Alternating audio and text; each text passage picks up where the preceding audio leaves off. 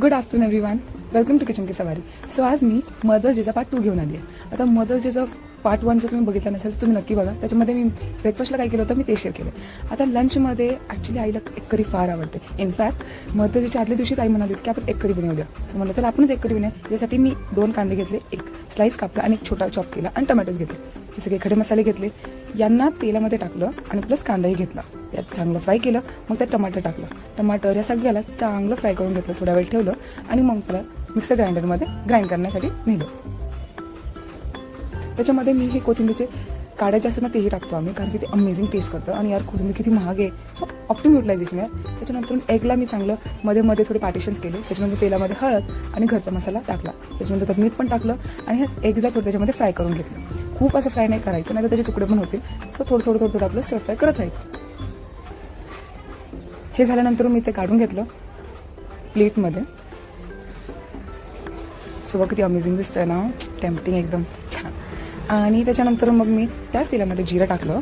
हे 2 लाल मिरच्या टाकल्या, त्यालाही थोडंसं फ्राय करून घेतलं. थोडं मिरचीचा पण कलर थोडा एनहान्स होऊन दिला. त्याच्यानंतरून त्याच्यामध्ये मी कांदा टाकला. कांदा चॉप करून ग्रेव्ही म्हणून टाकला. सो त्यालाही चांगलं फ्राय करून घ्यायचं. तेल बघ किती गरम झालं आहे. हां, सो हे चांगलं फ्राय केलं. त्याच्यामध्ये मी 2 चमचा गार्लिक पेस्ट टाकलं. त्यालाही चांगलं फ्राय करून घेतलं. मी गार्लिक पेस्ट टाकते तो कांद्यानंतर टाकते, नंतर तिला टाकलं ना तर ते पूर्ण कढईला लागतं, ते खूप राड होते. त्यापेक्षा हे चांगलं. त्याच्यानंतर मी तेच हळद टाकली. त्याच्यानंतर त्याच्यामध्ये घरचा मसाला टाकला आणि मग कस्तुरी मेथी टाकली. माझ्या ताईला कस्तुरी मेथी फार आवडते. ती म्हणते पाहिजेलच कस्तुरी मेथी, म्हणजे त्यांनी काय होतं टेस्ट एनहान्स होते यार, त्यामुळे. आणि मग त्याला पण चांगलं फ्राय करून घेतलं. करत राहिले फ्राय करत राहिले. त्याच्यानंतरून त्याच्यामध्ये आपण जी ग्रेव्ही केली होती, जी पेस्ट केली होती कांदा आणि टमाटरची, ती त्याच्यामध्ये टाकली. आता आपण मराठी लोक आहेत यार, आई असंच मिक्सरचं भांडं ठेवून नाही देणार. मग आई जशी मला म्हणते की पूर्ण मसाला पाण्याने धुवून घ्यायचा. असं तेच केलं. त्याच मिक्सरमध्ये थोडंसं पाणी टाकून चांगलं कढईमध्ये टाकून घेतलं पाणी.